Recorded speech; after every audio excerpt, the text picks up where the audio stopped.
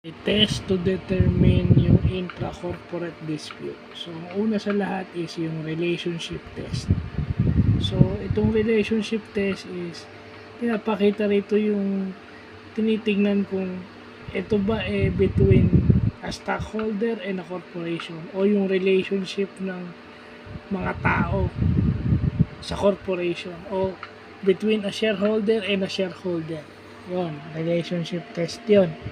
Pag sinabi mo namang nature of controversy test, ito yung pinagmumula na ano ba yung controversy o yung issue o yung pinagtatalunan sa internal affairs ng corporation. Ibig sabihin, ano yung kung may pinagtatalunan sila sa daily operation, sa financial day-to-day operations ng corporation, yun yung nature of controversy. Ibig sabihin, yun may pakialam. Ang punto nun is paano nag-ooperate yung corporation at kung may dispute tungkol doon yung mga tao mismo doon sa loob ng corporation.